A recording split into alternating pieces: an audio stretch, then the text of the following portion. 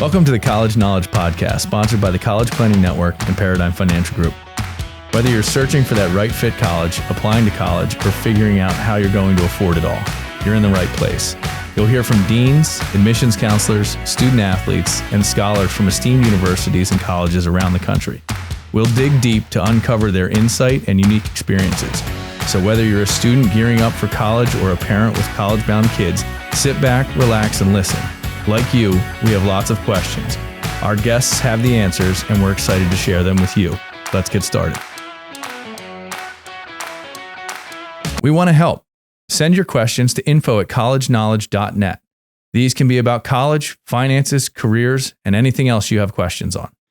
Hello and welcome back to another episode of College Knowledge. I am your host today, Mr. Joe Kearns. I have Niall behind the computer on the other side of the room. Niall, did you know Carnegie Mellon has some interesting facts about it, but one that I highlighted today is just like, oh, no, it went away. Just like Northwestern's Rock and Tufts Cannon, Carnegie Mellon boasts a commonly painted object in the middle of the campus known as the fence. And it's a little bit cooler than the other two I mentioned because the original wooden fence, before it collapsed in 1993, was considered the most painted object by the Guinness Book of World Records. Don't worry though, Niall, the fence was rebuilt with concrete and reinforced steel, so now it'll be there for a while. Wow. That is certainly interesting. I did not know that, Joe. I did. Now you know. I did. Now you know. Now. And I'm sure a lot of Carnegie Mellon students also are aware of that, which is interesting because we have a wonderful opportunity to speak with someone from Carnegie Mellon today. He is Keith Webster, the Dean of University Libraries at Carnegie Mellon University. Dean Webster, thank you so much for being with us today. I think we're going to have a very informative and interesting conversation, sir. It's great to be here. I'm delighted to be with you, and the fence is just behind me. If you were to see through my window, you would see the fence. Still a much-loved tradition. It's painted almost every day of the academic year by groups of students. It's a wonderful tradition. I love it. Love it. Hey, traditions. It's what, one of those things I joke about. We've had conversations in the past about online learning and, not being on campus when we went through the pandemic. And I said, look, there's things that you can't get if you're not on campus, interaction with other students, professors, office hours, and even wonderful traditions like that just, might be, I'll say even sometimes a little therapeutic, or just something that brightens up your day when you walk past the fence or see someone painting on it. It's an interesting tradition. I like it. So Dean Webster, thank you for being here. Always like to know a little bit more about your story, your journey. How did you get to Carnegie Mellon? What was your path? What was your college journey like? How did you get to where you're at today? So, as you might have picked up from the accent, I'm not from Pittsburgh. I'm not even from the United States. I grew up in Scotland. Went to university to study computer science, but migrated into studying library science along that. I had in high school written a computer program to manage catalogs in libraries and anything that was collectible. So it was a kind of natural evolution for me. And I made my career in libraries because I was interested in the possibilities that computers would bring to help us organize information, retrieve it, and discover it. And whilst I've had the occasional departure from the field really to develop my skills in government and in industry, most of my working life has been in universities and research organizations. Starting off in the UK, I led libraries in London, then moved to New Zealand to become university librarian in Wellington, the capital city. Moved to Australia for a few years to the University of Queensland, and then came to the United States in 2011 to spend a bit of time in publishing with John Wiley & Sons, the academic publisher, and moved to Carnegie Mellon in 2013 to become Dean of University Libraries. And over my time here, my role and my portfolio have expanded to embrace a number of interdisciplinary programs, which I've no doubt we'll talk about during this conversation. Yeah. So, first question, all over the world, different cultures, how different are libraries in one area of the country compared to what we know in the United States? I'm sure there has to be some differences that stick out. That's a good question. My journey has been very much in the English-speaking world, but what I think I can certainly point to is in countries like New Zealand and Australia, there is a very strong reflection of the different cultures in those countries. University libraries in New Zealand very much embrace the symbols, traditions, cultures of the Maori people alongside the white immigrants to that country. Similarly, in Australia, we see a reflection of Aboriginal and Torres Strait Islander peoples. But to a large extent, they are achieving the same mission. They are there to support education and research. In today's digital world, the collections that libraries provide are very similar. Okay. And then obviously, I mean, you mentioned it, but I'm sure there's a lot of listeners out there that have probably had a feeling that libraries, hey, what's the point? We live in a digital age now. What, hey, why, libraries, are they becoming a thing of the past? I mean, I would disagree with those individuals, but I know that it's got to be a topic of conversation, something that you come across quite often. Sure. I've just come back from a conference in London where I was debating a motion that academic libraries are no longer necessary. And I was the speaker for the motion. So I was arguing, indeed, that libraries are no longer necessary. And that was a bit of stagecraft. I was presenting an argument that I didn't wholly believe in, because I truly do see the critical importance of libraries. But what I think you see is that libraries have shifted because of the digital revolution. For many people, they think of libraries as big buildings full of books. Yep. If you go to Google, do a search for library, bring up the images that come back, and it's either Renaissance libraries with beautiful ceiling paintings and lots of books, or brutalist 1970s concrete libraries with lots of books. But the reality is somewhat different. Of course, we still have books, and nobody is suggesting that we completely lose the books that we have. We are gradually removing collections to make more space for students, but they do still provide an important resource. But what we know is that the library is absolutely at the heart of the student experience. Students will spend more time in the library than almost any other place, at least during their waking hours. It has, for many students, become the primary non-classroom academic destination on campus. It's the place where students come to do serious work. Although, we do try and encourage that serious work to have an element of fun. So we increasingly design libraries with good quality cafes or dining spaces. We create informal, casual areas where people can hang out, catch up with their friends, because we see that as an important part of the student experience. It was just interesting. I mean, it's, when you put it that way, I always kind of relate, some information to parents and students, high school students, to say, all right, well, when you visit a campus, I would imagine if, again, the majority of your waking hours are spent in this one building, it's probably one of those buildings that you want to look at when you do a visit and really see. Sure.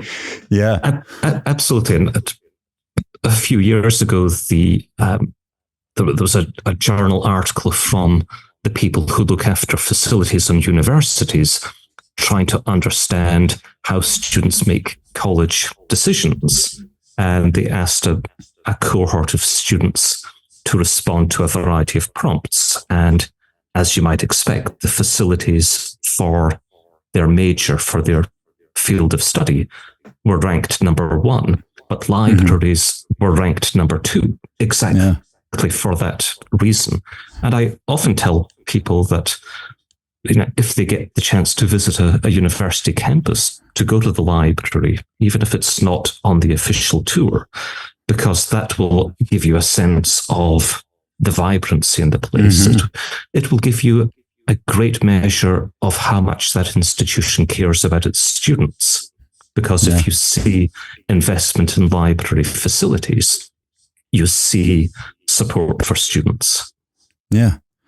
Is there anything that students may look for that they may see that kind of shows that care for students, that there is a investment in the library, in the students? Is there anything that maybe families or students can see differently from campus to campus, or anything they should look for that might help them figure that out?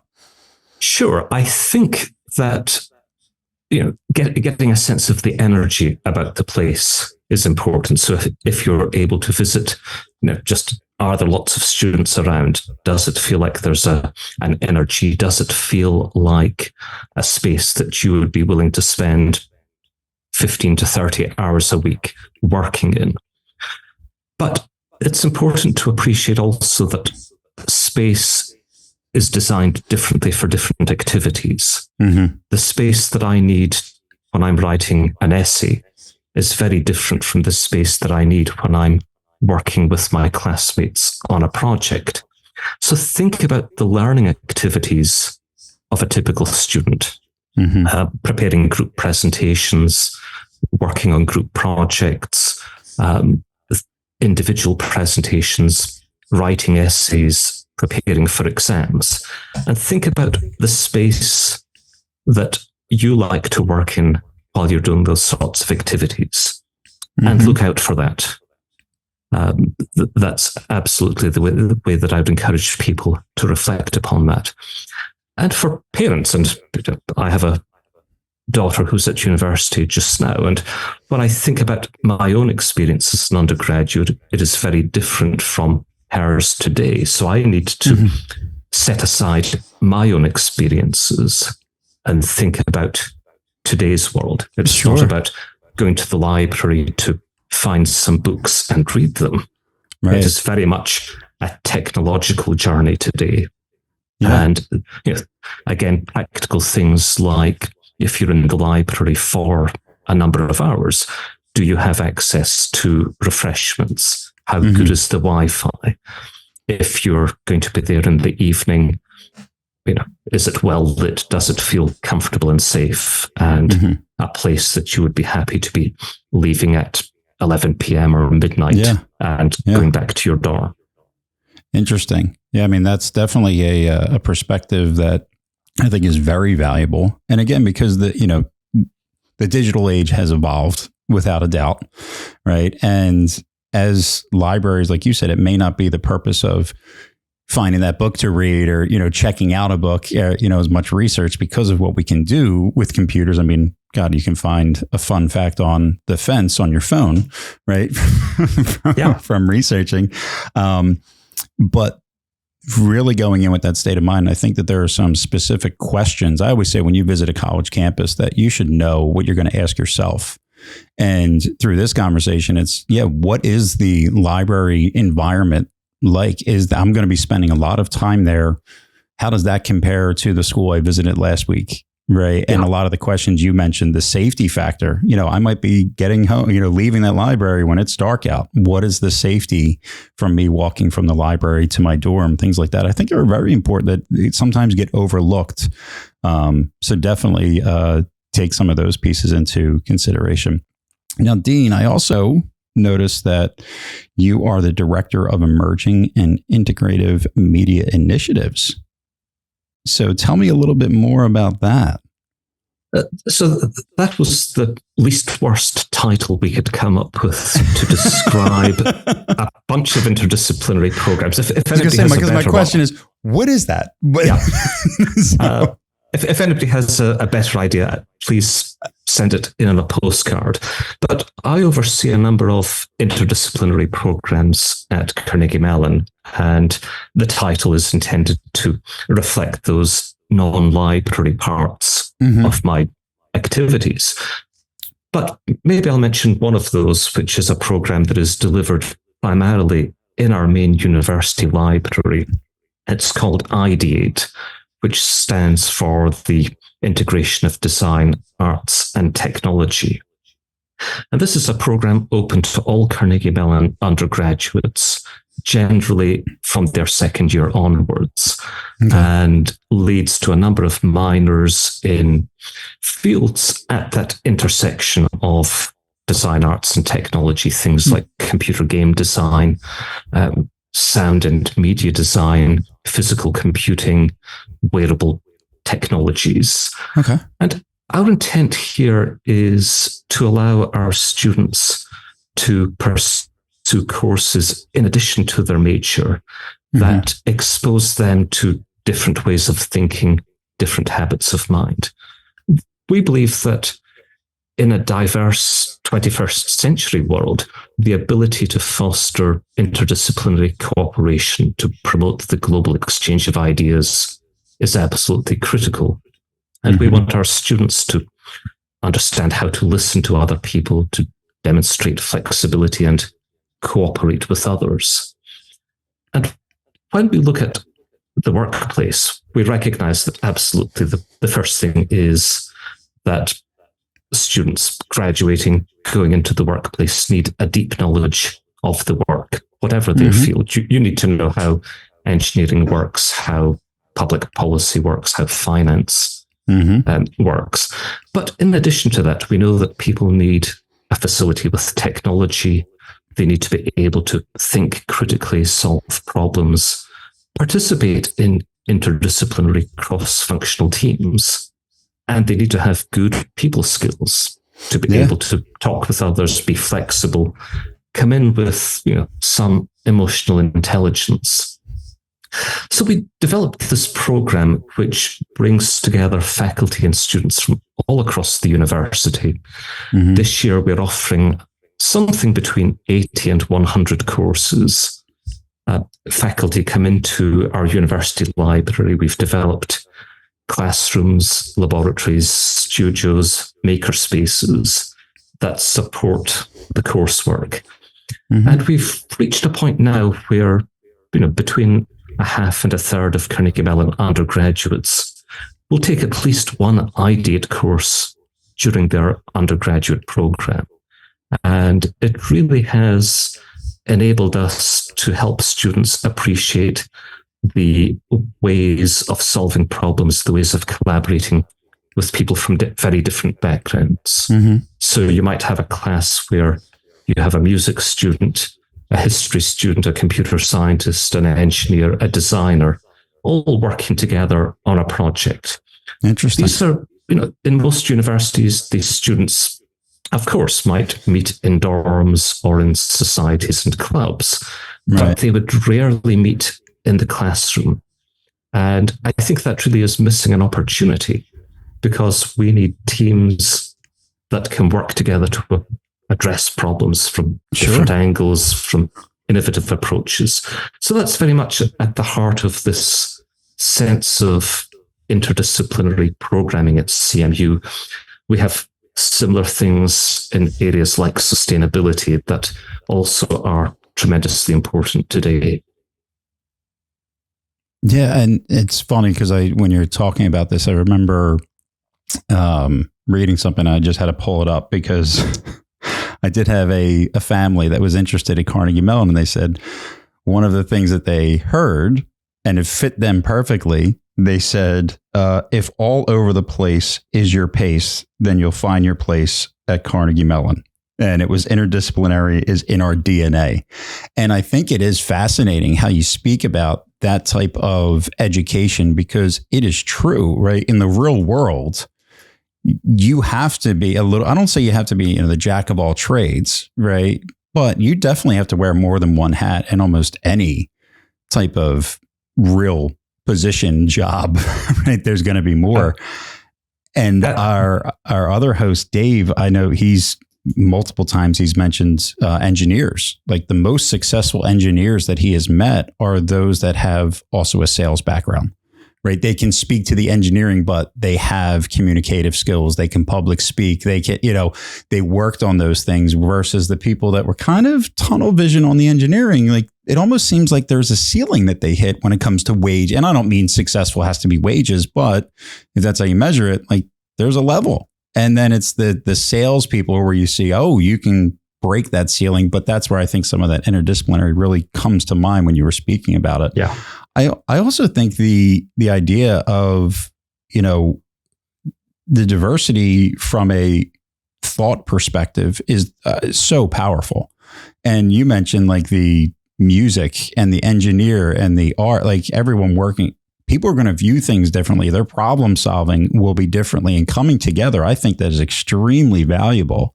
And I'm curious, is that something that many colleges kind of offer? Is this something that's pretty unique at Carnegie Mellon? I mean, I would imagine some schools do this, but it's an interesting, very interesting concept that I'd like to learn more about.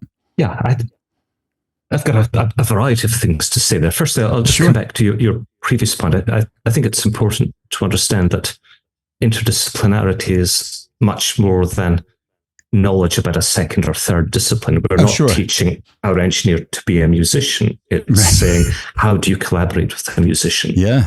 And I think an important framing there is we are preparing students for jobs and technologies that don't yet exist. Yeah. And for them, as they enter the workforce, they've got, let's say, 50 years ahead of them, where they're going to be constantly learning, upskilling.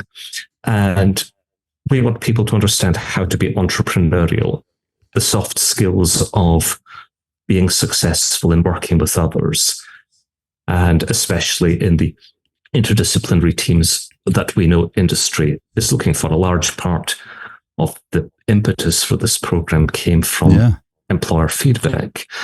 I'm not aware of other universities that are offering this on the scale that we do. We're talking about close to 2,000 students in the Ideate program this year. So the scale is here. Much of the technologies and the areas that we're focusing on are the things that Carnegie Mellon is known for. You can come into Ideate and be exposed to robotics, to artificial intelligence, to design thinking, to music and art, to engineering, as well as the broad range of humanities. An important point here is that each of our minors is certified by an academic department. So one of our newest is in virtual and augmented reality. And students have great opportunities to work with game designers, with cultural specialists, to develop VR installations that are absolutely fascinating. That minor is certified by our modern languages department because they recognize the power of VR in working across different cultures. Sure. But I think that to me, the really affirming bit of the program is the feedback that we get from students. That for many, they will tell us this has been the most transformative part of their Carnegie Mellon experience. It has given them confidence. It has, in many cases, taken their careers in very different directions. And we're now at the point where we've had a few years of running the program, and we've got students now who are becoming very successful in their careers. And they come back and tell us the difference that Ideate made, that this helps them stand out in the workplace because, as you say, they've gone beyond that tunnel vision of their disciplinary home. And so people then ask the obvious question, why does this report to the Dean of Libraries? Why is this in the university library? Is it just a way of throwing books out to create space? And the answer is absolutely not. What we see here is that the library is disciplinary neutral. It is not part of any academic field. It is open to every academic field. If we took this program and housed it in our College of Engineering or our College of Fine Arts, it would immediately encourage people to think that it is part of that disciplinary tradition. Sure. Yeah. And students from elsewhere on campus might be hesitant about crossing the disciplinary boundary. Yeah. But because the library is open to everyone, it is seen as that neutral space. It's almost the Switzerland of the university campus, and brings in people from every part of Carnegie Mellon. And the professors, the 80 to 100 courses we're running, the professors who teach these tell us that it is completely changing their worldview, because they are working with students that they would never see in their classroom. Sure. Yeah. And they are able to do innovative things, bring new ways of teaching and working with students that otherwise would not have been possible. So it really is shifting the campus environment in a very dramatic and positive way. We can send your student to the school of their dreams and send you to your dream retirement. Visit us at elitecollegiateplanning.com to get started. Yeah. Now, and one of the things you mentioned that I wanted to touch on, you said you're preparing students for the real world, but you're preparing them for potentially things that don't yet exist.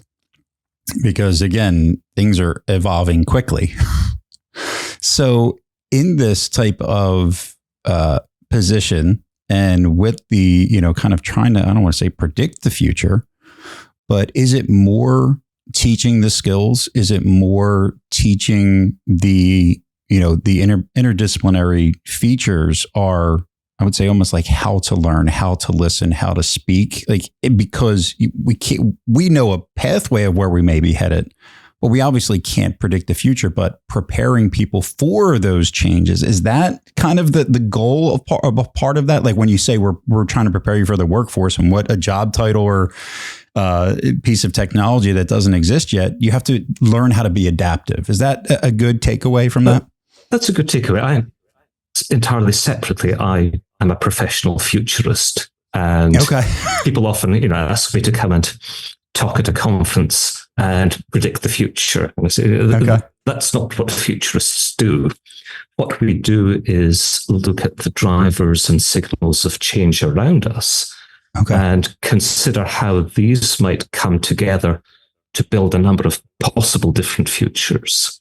And the skill there is in figuring out if any one of those possible futures was to happen 10, 20, 30 years from now, what would you wish you had done today to prepare for that future? And that's a way of thinking about the question that you pose.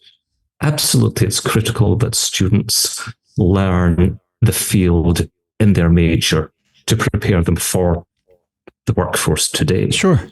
But recognizing that technology will change, policy will change. We want people to become lifelong learners. Mm-hmm. You don't want a medical student to graduate and continue to practice the way that they do today. They keep up to date, they evolve, and it's the same in every field. Sure. And if we think about changes over the last couple of decades, 20 years ago, we hadn't really thought or heard much about social media. Look at the large part of the workforce today that touches social media. That evolved from other fields, from broadcast journalism, from marketing, but took on a distinctive nation. And that's the sort of thing that we encourage our students to be alert to become inquisitive, to be curious, to keep learning once you graduate from Carnegie Mellon. Maybe come back and take a graduate program or a certificate or an executive education course to keep up to date. And so, I mean, obviously you mentioned social media. It was funny. I was listening to something. It was like, I forgot, I was driving my kid to football practice and I forgot my phone and we had to listen to the radio. I can't tell you the last time I listened to the radio. And then when we were listening, I was saying, oh, there's still radio shows? Like there's still radio hosts. And I said, and I was like, wow, that really has changed. For years, I've now I listen to podcasts, right? I listen to, that media has completely changed as well. You mentioned social media, and then obviously now AI is a very big topic, and what's the future look like with artificial intelligence? What do you see as some of the, I don't want to say struggles, but what do you see as exciting trends, kind of not to predict the future, but what do you see as far as, when it comes to education and preparing for things? And obviously we're in a very fast moving world right now, right? So what are some of the things that you are seeing that are pretty exciting from the higher education trends with these and preparing minds for them? You mentioned AI, and it's impossible to avoid conversations about AI in the higher education space today. Every time I open the Chronicle or Inside Higher Ed, AI is in the headlines. Every conference that I go to focuses on AI.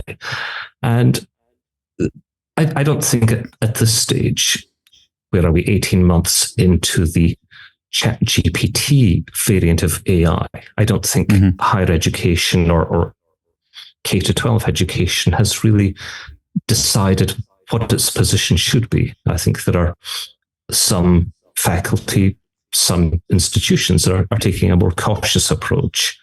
We don't want at this stage to have students using ChatGPT to support their learning because we think it gets in the way of core skills such as reading and thinking. Sure. Conversely, there are people who think that we want students to become familiar with AI. And, my sense is that whilst students might indeed use AI to shortcut learning, I'm not sure how we could ban them from it.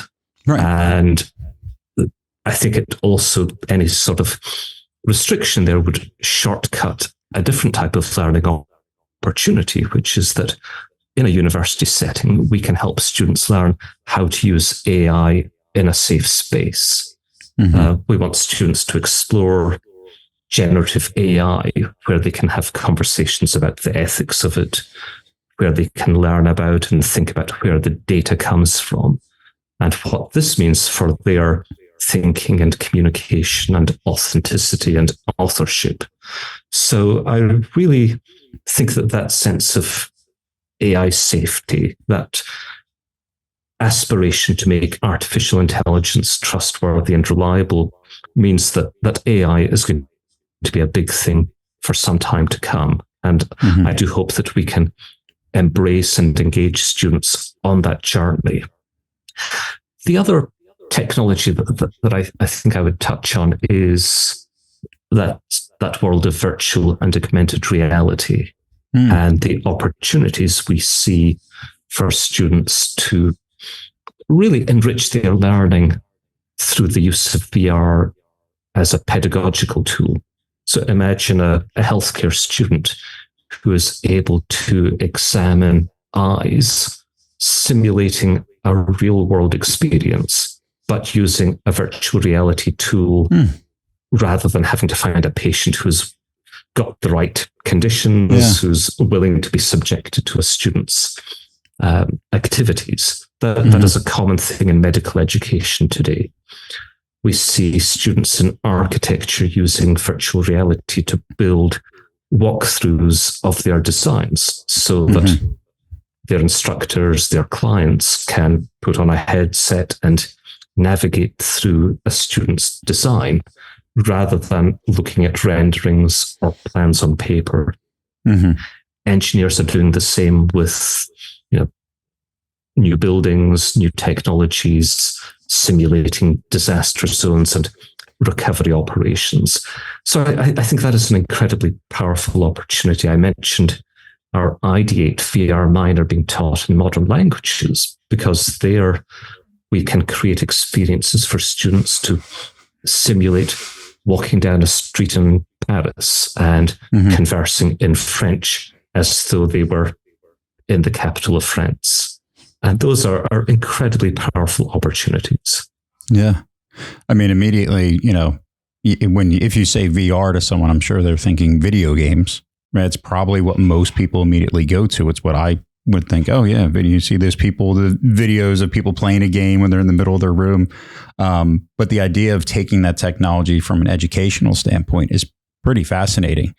The ideas of potentially getting real world experience and increasing the availability for opportunities where, hey, otherwise you may have to travel somewhere to get a specific example or real life, we'll say, experience, where now there is the potential of doing that from a VR standpoint. That is very interesting, and one I wouldn't think of. I wanted to go back to the AI conversation, and I know you said you can't avoid it, right? But it's been a big topic of discussion on the past few episodes that we've had. And I'm always about perspective. And one of our guests mentioned, well, the way I look at it is, how many years ago was it that the calculator was invented? Right. And we were slide rules advocates. Like it has gotten to a point where we would never look back at it now and say, you're not allowed to use a calculator. Right. But you still have to know how to use the calculator to get the right answer. And that was kind of our guest's example on how to use this tool properly to assist you. It doesn't take over, right? If you don't know the basic of math, then you don't know how to, and what numbers to input, what formulas you're going to put into that calculator to get the proper answer. So it doesn't do all the work for you, but if used properly, it can be a tool, right? But I think what you mentioned is the scary part, where, or is it going to be used as a tool or more as a, it takes away from the learning, piece of it, that it's going to replace the learning aspect. But it was just a perspective that I haven't never thought about that. And I'm like, you would call me crazy if you said you're never allowed to use a calculator, right? It can make life easier, but you still have to know how to use it. So, but you touched there on a really important aspect of the role of librarians today. I talked about how we have redesigned our libraries really to become information hubs and study environments. But the role of librarians, I would argue, is more critical than ever. And part of that critical role is helping students learn how to find and evaluate information. And just as we might want students to learn how to find a bunch of journal articles for an essay and reflect upon what they're reading, so those same skills apply to things like AI. I put some prompts into ChatGPT and I get a response. How do I know whether this is right or not? Correct. Early in my career, when I was working in a reference library environment, one of the golden rules was, when you find a response to a question, you double check it. You don't just accept the first hit. And it's exactly the same with generative AI today.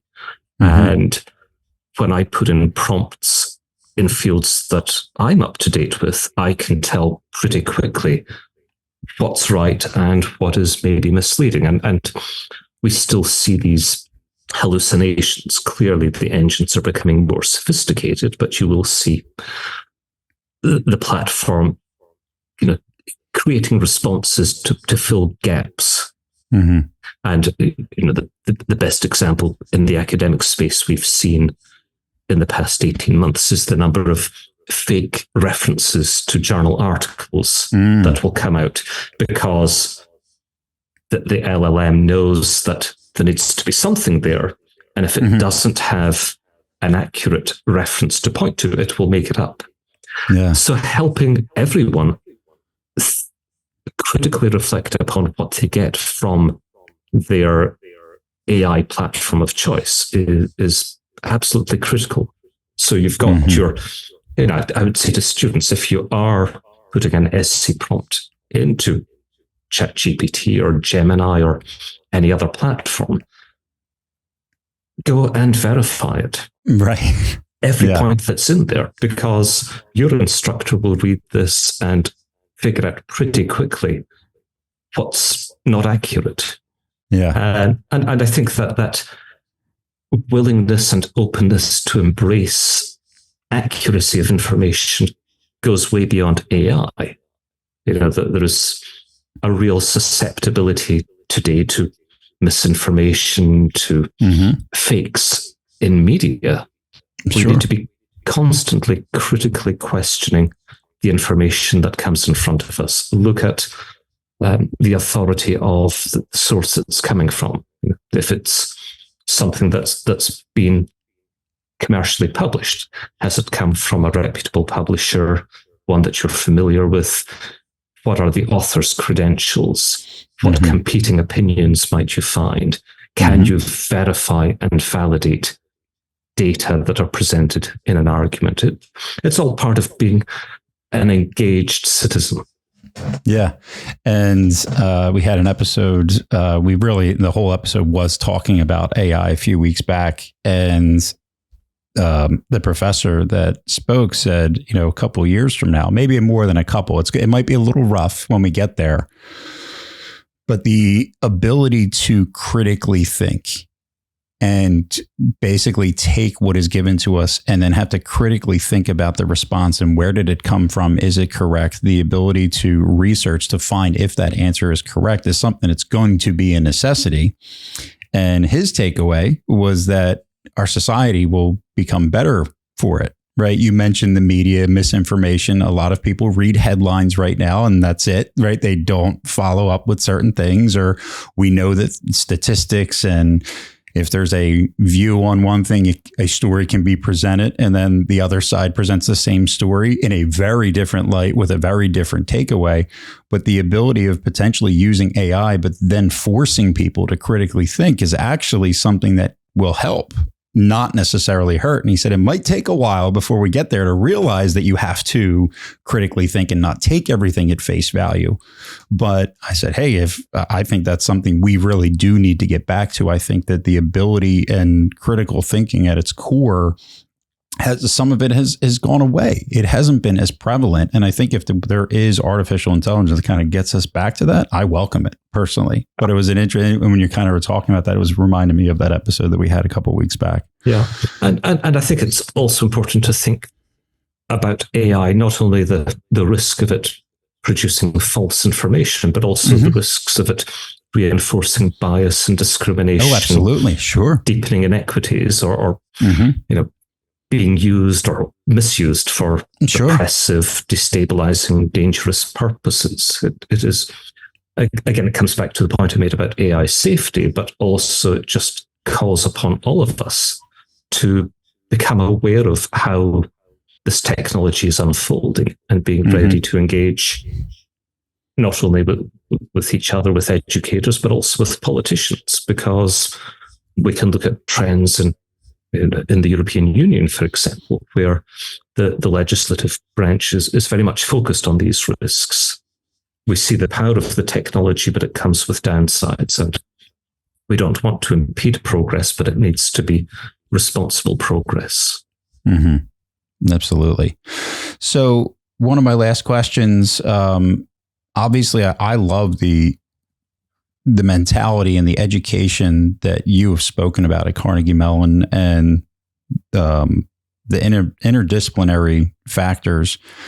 When students are in high school and they might be listening to this, or they would say, that sounds interesting.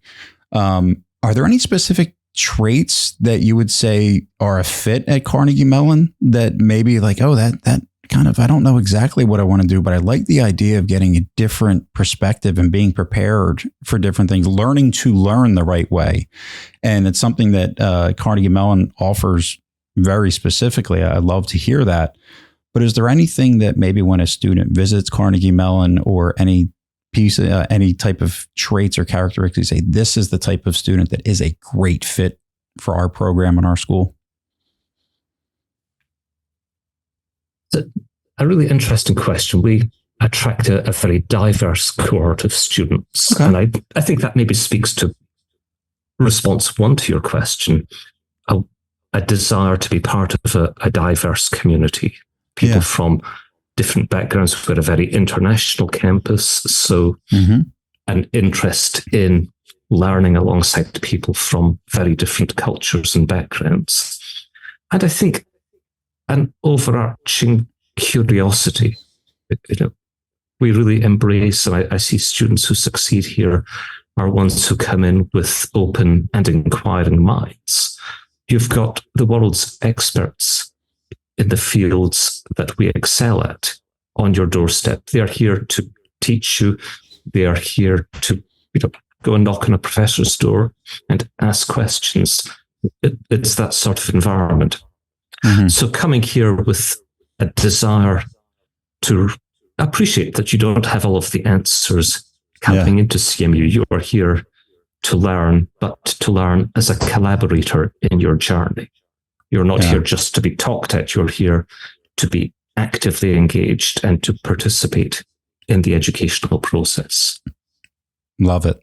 Absolutely love it. So my last question before we sign off today was looking you up a little bit before our interview today. And I happened to see something related to at the carnival, a Douse a Dean fundraiser. Is this something you're going to be doing again this year? We'll be doing it again on, I think, the 12th of April. So this is a great tradition that started a few years ago. It's all about traditions. Yeah. Where our president, Farnham Jahanian, when he was provost, helped the Carnegie Mellon University Police Department. They were fundraising and they continue to fundraise for the Special Olympics. And he agreed to be put in a dunk tank and people could pay to dunk him. Yeah. Over time, we've evolved to dousing, which is a bit more gentle, but each of the deans dresses up and we sit under a bucket of water and people line up, and believe me, they do line up to pay $1 to throw a few balls at the button that will soak us in water. Sure. And honestly, Pittsburgh in the middle of April, and this is during the annual carnival, which is the highlight of the student social year. The weather in Pittsburgh then, it can be warm and sunny, it can be snowing. So we need to plan ahead for the weather. Each of the deans produces YouTube videos, other things to encourage people to come and get us wet and give for an incredibly important cause. Yeah. And is there a little competition here as well? There's a very big competition. Okay. All right. Between the deans, and is that where the competition is? Between the deans, there is a trophy that goes to the dean who raises the most money each year. Okay. And it has become almost pathologically rivalrous. There's a huge amount of fun engagement. The great thing at Carnegie Mellon is the deans really enjoy working with each other. We have a very active relationship with each other. It's a fun competition. But yeah, I'll be hoping to take the trophy home this year. Okay. Now, can you only raise money from people being there throwing balls at a target, or is it something that can be raised online? Do you have to be a Carnegie Mellon to donate? I believe there is an online way to support this. If you have show notes, I can send a link to that. Definitely, because I would say I appreciate all this conversation and some of the takeaways and highlighting what Carnegie Mellon has to offer. And I think some of the other big takeaways, I mean, again, just understanding, hey, the library is going to be where you spend the majority of your waking hours as a student. Make sure to visit that on a campus and ask yourself very powerful questions about how much of a fit that library is, not just the overall campus. We always focus on the social, academic, and financial fit of a school is how you win the game. You have to find a school that nails all three of those. And I can tell you, if you don't visit the library, right? If that's not on your make sure I do this and really have some questions going into it, every campus, you're going to miss that, right? And so I think that was a very big takeaway that I had today. But I would love to be able to help you win that trophy if there's any way that we can for being a guest on the show. So definitely make sure to send us our link. Our listeners, if you want to help the Special Olympics, if you want to help Dean Webster win this trophy, please donate. I'm sure that we will have a link for this in all of our show notes moving forward. Thank you very much. You're welcome. Dean, thank you so much for being a guest today. It really was a wonderful conversation. I really enjoyed our time together. Everyone, this has been another episode of College Knowledge. If you like this episode, make sure to listen to the rest of our episodes. We are on all platforms and on social media, and we look forward to seeing you again in the near future. Take care. Thank you guys for being a part of College Knowledge. Just a reminder, if you're sending your student to school, visit elitecollegiateplanning.com for free resources and to book a free consultation.